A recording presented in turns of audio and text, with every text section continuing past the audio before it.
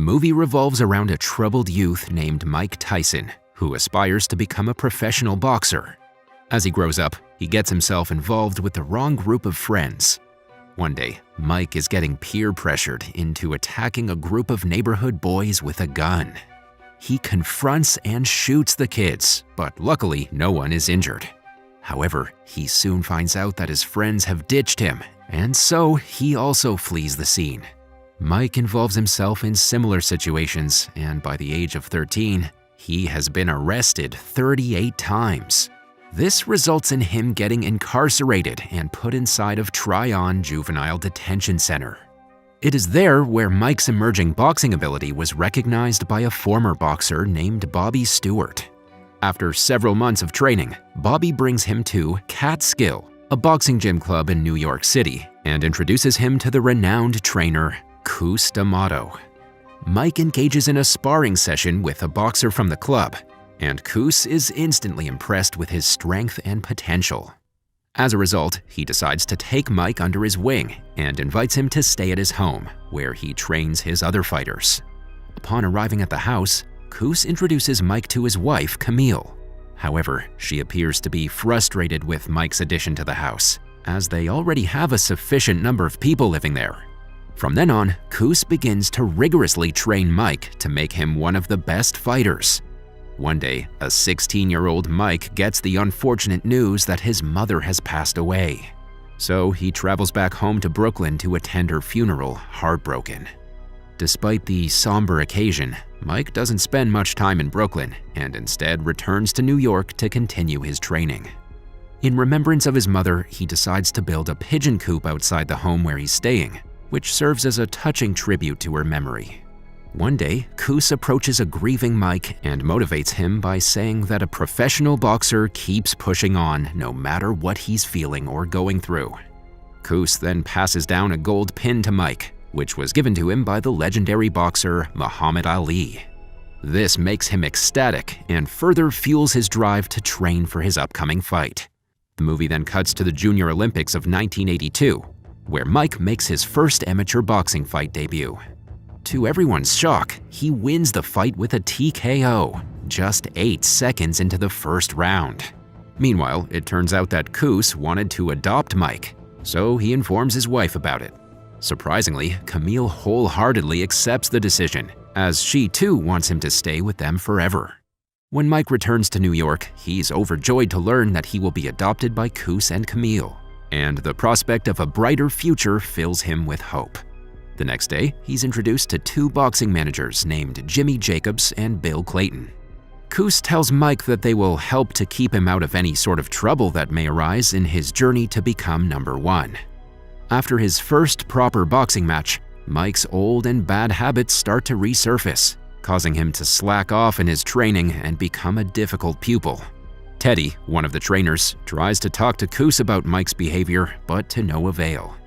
Since he has a soft spot for the boy, he pampers him a lot. Shortly after, Teddy is confronted by his underage sister, who claims that Mike tried to have his way with her, enraging him. So, the same night as Mike returns back home, Teddy pulls a gun on him and warns him to never do such a thing ever again. However, Mike is not intimidated and simply smiles at Teddy. This infuriates the latter so much that he fires a warning shot, alerting everyone inside the house. The next morning, Teddy decides to leave the fighter house after his controversial actions the previous night. As a result, Cus appoints Kevin as Mike's new trainer, and he quickly rises through the ranks, knocking out his opponents left, right, and center. Mike is given the nickname Iron Mike Tyson because of his sheer strength to knock opponents out, mainly in the first round of his fights. However, as he gains popularity, Cus's health starts to deteriorate. After a few weeks of intense pain, he eventually succumbs to his old age and dies, devastating Mike. Now, with no one left to manage Mike, Jimmy decides to take over as his manager and reassures him that he isn't going anywhere. The movie then cuts to 1986, where Mike takes part in the match against Trevor Berbick in Las Vegas at the World Boxing Council Heavyweight Championship. Mike completely dominates the fight and breaks world records as he becomes the youngest champion in boxing history at just 20 years of age. One day, while studying a fight for an upcoming match, Mike refuses to stay focused and instead watches a commercial where a beautiful model named Robin Givens catches his attention. He becomes invigorated with the lady and even phones her up, asking to go out with her.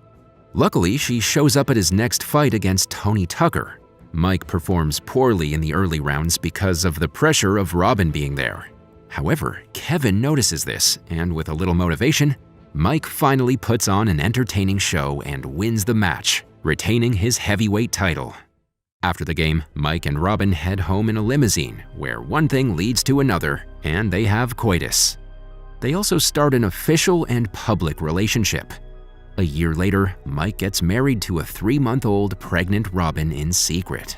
Unfortunately, his happiness doesn't last long, as shortly after his marriage, he's informed that Jimmy has passed away due to his leukemia. This puts a mental toll on Mike, as he has again lost a person whom he loved and trusted. Later that week, while going to Jimmy's funeral, Mike is approached by a boxing promoter named Donald "Don" King. He has come with an incredibly high-paying offer which no boxer can refuse. However, to his surprise, Mike declines it and instead decides to make Don his fight promoter.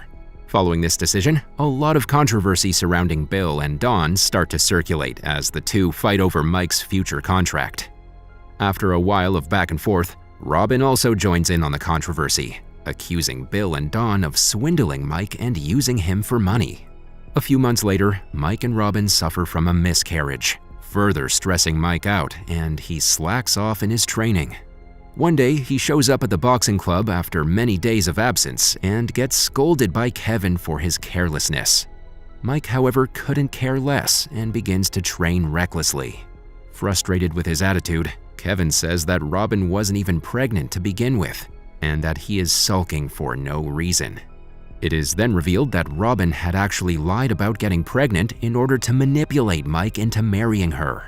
This news has already become public, but nonetheless, Mike is enraged to hear it from Kevin.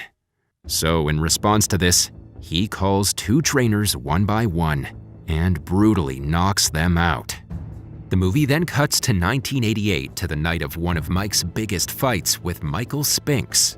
However, before the match starts, Bill finds out that he's been fired by Mike, making Don his new manager. Mike ends up winning the match, and everyone cheers him on. After the match, it turns out that Mike has also parted with Kevin and plans on training with the trainers that Don has managed for him. One day, while Mike and Robin do a joint interview for the ABC TV news magazine show, things take an unexpected turn when the latter describes her life as pure hell. She also takes shots at Mike's worsening mental health issues, stating to leave the marriage if he doesn't seek therapy. A betrayed Mike just sits there and listens to his wife rant on and on. Meanwhile, Don, Kevin, and many others watch the interview on TV in pure shock.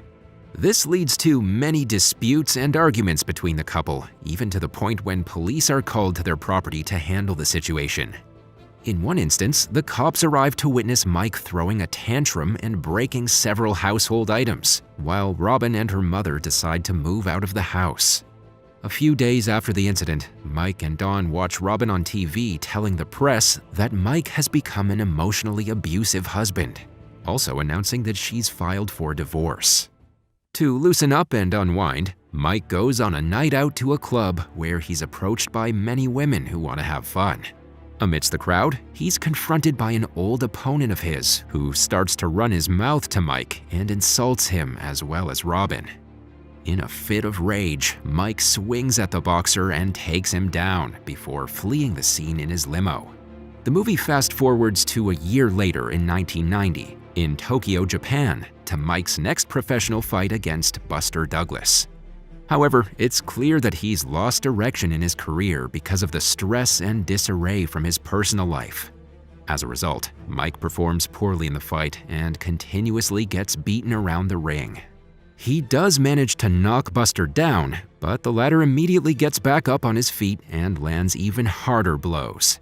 Everyone is devastated to see the Iron Mike in such a state for the first time, and unfortunately, he gets knocked out in the 10th round. This leads to him losing the first match in his entire career, and hence he is stripped of his heavyweight championship title. Mike is lost for words after having his first loss, while Don insists on suing the boxing company, thinking that he had won the fight. Afterwards, Mike returns to New York and visits an old Camille. The two reminisce about the old days and talk about Cus. A year later, Mike and some of his friends travel to Indianapolis to be a part of the Miss Black America pageant.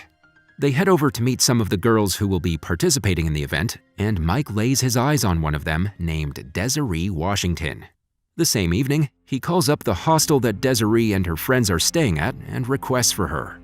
She then talks to him nervously while all her other friends listen in shock. In the end, Mike manages to convince Desiree to go out and party, promising her that she will meet lots of other celebrities. So, shortly after, she gets into the limo with Mike, who takes her back to her hotel, claiming that he needs to get his bodyguard. However, upon arriving at the hotel, Mike takes her up to his room. It is then revealed that in 1991, Mike has been brought to trial for the assault of 18-year-old Desiree Washington in the hotel room that he had taken her in. Mike is eventually found guilty on the charges of assault and criminal deviant conduct. This results in him getting 6 years in the Indiana Youth Center. Furthermore, Kevin has also filed a civil lawsuit against Mike for damages. It's also revealed that he and Robin had already divorced in 1989, and the terms of their settlement were sealed. Upon Mike's release from prison on March 25, 1995, he announced that he will immediately resume his boxing career, while Don retains his role as his promoter. However, he's also scheduled to stand trial for insurance fraud.